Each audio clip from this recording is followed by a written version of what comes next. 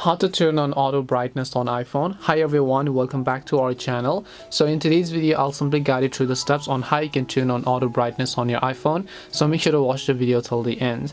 If you'd like to turn on auto brightness on your iPhone, all you have to do is first of all open up settings.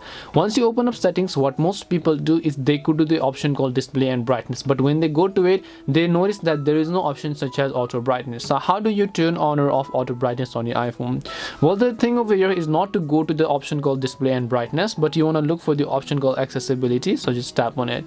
Once you tap on the option called accessibility, you're going to come to this page where it says display and text size. So just tap on display and text size option here. Once you tap on the option called display and text size, just scroll down and then here you'll find a section where it says auto brightness. So you go to accessibility, tap on display and text size, and right under it you'll find a section where it says auto brightness.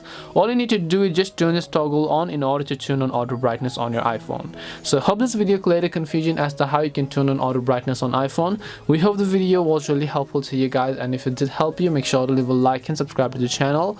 If you have any questions, then feel free to leave them down. Thank you very much for watching and see you in the next video.